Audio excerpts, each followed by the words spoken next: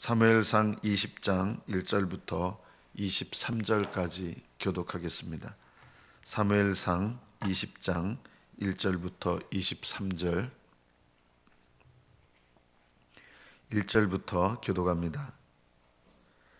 다윗이 라마 나요스에서 도망하여 요나단에게 이르되 내가 무엇을 하였으며 내 죄악이 무엇이며 네 아버지 앞에서 내 죄가 무엇이기에 그가 내 생명을 찾느냐.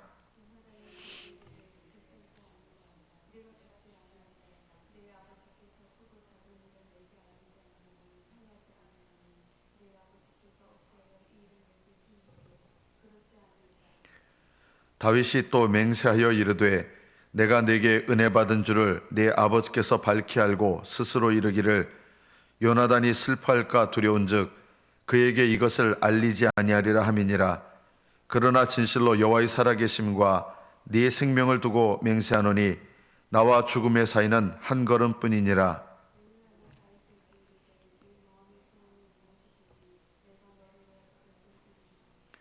다윗이 요나단에게 이르되 내일은 초하루인즉 내가 마땅히 왕을 모시고 앉아 식사를 하여야 할 것이나 나를 보내어 셋째 날 저녁까지 들에 숨게 하고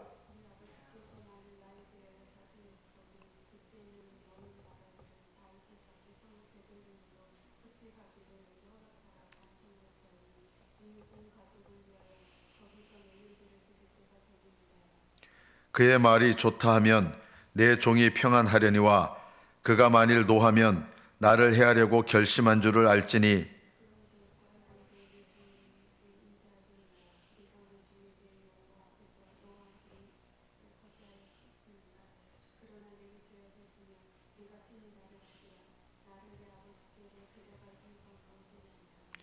요나단이 이르되 이 일이 결코 내게 일어나지 아니하리라. 내 아버지께서 너를 해치려 확실히 결심한 줄 알면 내가 네게 와서 그것을 네게 이르지 아니하겠느냐 하니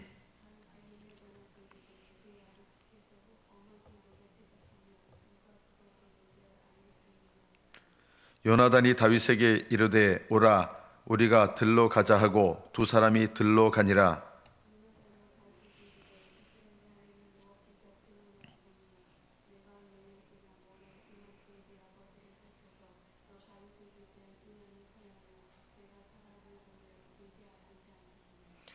그러나 만일 내 아버지께서 너를 해치려 하는데도 내가 이 일을 내게 알려주어 너를 보내어 평안히 가게 하지 아니하면 여호와께서 나 요나단에게 벌을 내리시고 또 내리시기를 원하노라.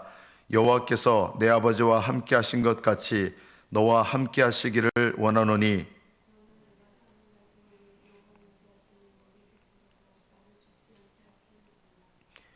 여호와께서 너 다윗의 대적들을 지면에서 다 끊어 버리신 때에도 너는 네 인자함을 내 집에서 영원히 끊어 버리지 말라 하고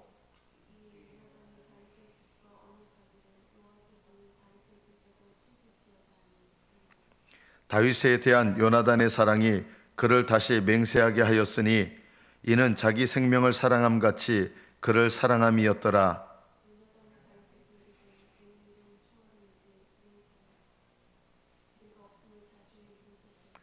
너는 사흘 동안 있다가 빨리 내려가서 그 일이 있던 날에 숨었던 곳에 이르러 에셀 바위 곁에 있으라.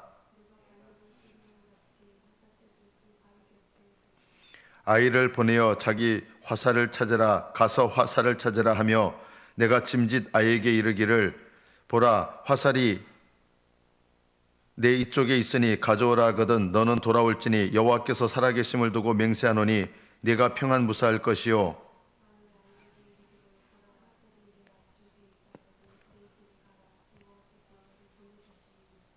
내가 너와 내가 말한 일에 대하여는 여호와께서 너와 나 사이에 영원토록 계시느니라 하니라.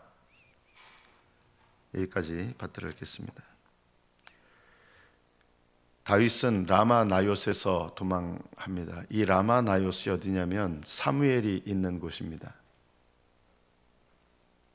왜 다윗은 사무엘이 있는 곳에서 도망을 했을까요? 사울이 라마 나요스에 왔을 때 하나님의 영이 강력하게 임하면서 거기서 예언을 하고 하나님께서 지키시고자 하는 자를 전혀 예상하지 못한 방법으로 지키신다는 것을 이미 보여주셨습니다. 그런데 다윗은 그것으로는 안심할 수가 없었던 것입니다. 인간적인 생각이죠. 왜냐하면 다윗이 느낀 것은 나와 죽음의 사이는 한 걸음뿐이니라. 다윗이 느꼈던 지금 심정의 상태가 나와 죽음 사이의 걸음이 한 걸음뿐이다, 사이가. 그 정도로 엄청난 죽음의 압박을 느낀 것입니다. 그래서 하나님께서 이 사무엘 선지자가 있던 라마 나요셋에서 기이한 방법으로 도우시고 함께 하시는 것을 알려주시지만 다윗은 이 두려움, 죽음에 대한 두려움을 그것으로는 온전히 믿지 못한 것입니다. 이런 모습들이 우리의 모습일 수 있습니다. 거듭난 신자라고 할지라도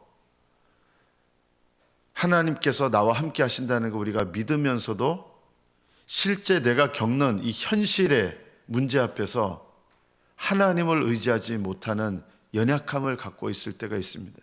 이런 다윗의 모습이 거듭나기는 했지만, 그리고 하나님이 나와 함께 하시는 것을 믿으면서도 그 함께 하시는 하나님을 믿고 그 자리에 계속 이렇게 머물러 있어야 되는데 그 정도까지의 믿음은 아직 다윗이 아닌 거예요. 우리는 다윗을 비난할 수가 없습니다. 왜냐하면 실제로 다윗이 고백한 것처럼 나와 죽음 사이는 한 걸음뿐이다. 다윗은 이런 죽음의 압박과 고통을 거의 날마다 느끼면서 겪으면서 살았던 것입니다. 그런데 이 라마 나요셋에서 도망하여 어디로 가는가, 우리가 이것을 주의 깊게 살펴볼 필요가 있습니다. 오늘 본문에 보면 라마 나요셋에서 도망하여 요나단에게 갑니다. 요나단은 사울의 아들이고 자기를 사랑하는 사람이고, 이게 이제 겉으로 보면 이게 이해가 되죠. 근데 여기에 하나님께서 이 상황을 통해서 우리에게도 말씀하시는 게 있어요. 이 성경의 상황이 우리의 내면에서 일어나는 상황과 비슷합니다. 우리는 가장 심정적으로 어려울 때 하나님께서 나를 있게 하시는 그 자리에 있기보다 우리가 놀랍게 다윗이 라마나윗에서 도망가서 요나단을 의지한 것처럼 우리도 그런 모습을 가질 때가 많이 있습니다. 이게 무슨 뜻입니까? 우리로 말하면 하나님을 의지하여 신앙생활하는 것이 아니라, 사울은 양심을 상징합니다. 거듭난 양심. 다윗을 만나기 전에도 사울의 아들이었어요. 양심은 거듭나기 전에도 양심은 있습니다.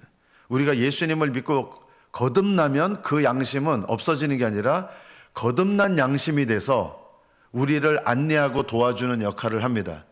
그런데 우리가 신앙생활을 하면서 나도 모르는 사이에 거듭나긴 했지만 하나님을 의지하는 신앙에서 요나단에게, 라마나윗을 떠나 요나단에게 가는 이런 신앙생활을 할 때가 있습니다. 이게 뭐냐면 그냥 양심적인 신앙생활을 하는 거예요. 양심적인 신앙생활이 잘못된 건 아니지 않습니까? 잘못된 거 아니죠. 근데 문제는 뭐냐면 하나님을 의지하여 신앙생활하는 것은 잃어버리고 그냥 양심적으로만 나는 옳다, 내 생각에 옳은 것, 이것을 의지하면 안 되는 거예요. 우리가 예수님을 믿고 거듭나서 나는 지금까지 내 양심에 부끄럽지 않아, 그러니까 나는 바르게 살아왔어. 여러분, 이거는 반은 맞고 반은 틀릴 수 있어요. 나는 지금까지 내 양심에 거리낌이 없었다. 사도 바울도 그렇게 고백하지 않습니까? 나는 지금까지 범사에 내가 양심을 따라 살아왔습니다. 이게 나쁜 거 아니에요. 근데 문제는 뭐냐면 다윗하고, 여기에 다윗하고 바울은 뭐가 차이냐? 양심을 따라 살아오지만 다윗의 삶의 가장 중요한 것은 뭐예요? 하나님을 의지하며 사는 것입니다. 우리는 하나님을 의지하지 않으면서 또다시 내 양심을 의지할 수 있습니다. 이게 뭐냐면요, 나는 다른 사람들보다 거듭나서 믿음의 양심을 지키며 살아왔어. 이것에 대해서 여러분이 자부심을 가지면 양심을 의지하는 신앙생활이 되는 겁니다. 하나님을 의지하는 신앙생활은 어떻게 됩니까? 거듭난 양심은 우리를 돕는 친구입니다. 그래서 거듭났지만 우리가 날마다 범하는 죄에 대해서 깨닫게 하고, 그래서 거듭난 양심을 통하여 하나님 앞에 우리의 연약함과 죄를 깨닫고, 이 양심은 우리를 어디로 인도하느냐? 거듭난 양심은 하나님을 의지하는 믿음으로 우리를 안내하는 것입니다. 이것이 바로 올바르게 양심의 역할을 하는 거예요. 그런데 하나님을 의지하는 건 없이 나는 내가 지금까지 내 양심대로 부끄러움 없이 살아왔기 때문에 난 부끄러울 것 없어요. 이게 잘못된 건 아닌데 여기에 자부심을 가지고 하나님을 의지하는 신앙생활을 잃어버린다 그러면 이것이 바로 오늘 본문에서 우리가 좀 영적으로 배워야 될 사실입니다. 나는 지금까지 내 양심에 부끄러움 없이 살아왔습니다. 훌륭한 겁니다. 그러나 그것이 신앙은 아닙니다. 신앙은 거듭난 양심은 우리로 하여금 하나님 앞에서 죄를 깨닫게 하여 뭘 의지하게 합니까? 십자가를 의지하게 한다.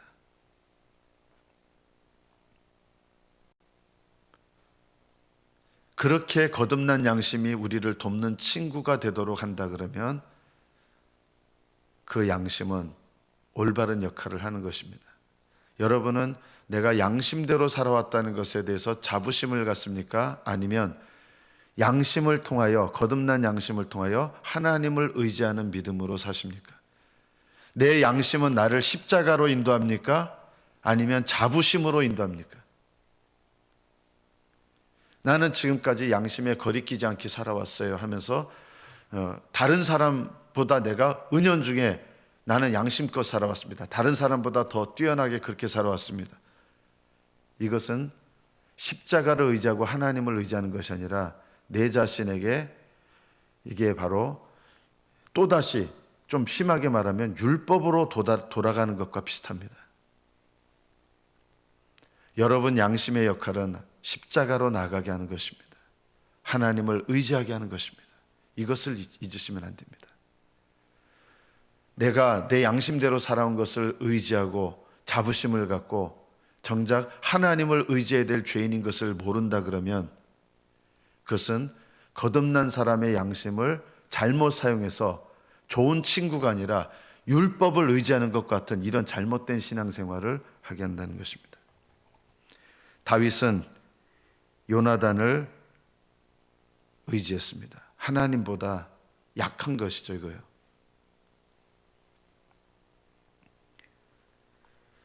너의 당신의 종에게, 자기예요 다윗이, 인자하게 행하라. 네가 네 종에게 여호와 앞에서 너와 맹약하게 하였음이니라 하면서 이 요나단에게 도움을 구하는 것입니다. 우리는 양심대로 살아온 것에 의지해서는 안 됩니다. 우리의 의지는 오직 무엇입니까? 예수님 십자가입니다. 우리는 아무리 양심대로 살아도 십자가가 필요 없는 죄인이 아닙니다. 우리가 이것을 하루 한순간도 잊어서는 안 됩니다. 우리는 십자가가 필요한 죄인입니다. 성령님이 필요한 약한 자입니다. 사도 바울은 자신의 약함을 알고 하나님의 능력을 의지합니다.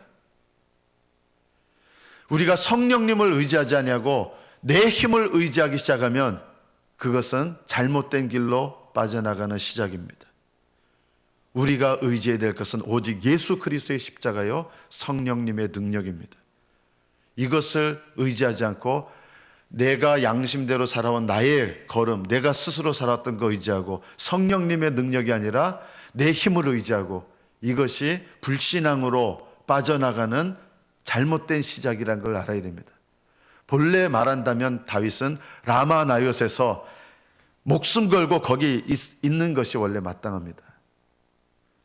죄는 피해야 되지만 라마 나옳은 이건 피한 것은 이건 약해서 피한 것입니다. 우리는 다윗처럼 머물러 있어야 될 곳에서 십자가로 의지하는 게 아니라 요나단에게 의지해서 은연중에 나도 모르는 사이에 나 자신을 의지하는 것이 있습니다. 나는 의지할 대상이 아닙니다. 사람도 의지해서는 안 됩니다. 사람은 믿음의 대상이 결코 아닙니다. 믿음의 대상은 오직 하나님 한 분이시다. 물론 저는 이제 집에서 저도 아내가 있고 부부뿐만 아니라 부모 자식 간에 신뢰관계가 있어야죠. 가족들은요. 근데 신뢰관계라는 게 뭐냐면 하나님을 의지하는 가운데서 서로를 인정해주고 이런 관계를 말하는 거지, 하나님보다 사람을 의지하는 것, 이것은 하나님을 의지하는 믿음에서 떠나게 됩니다. 그래서 사람을 의지하는 것은 하나님을 의지하는 신앙에서 빗나가게 합니다.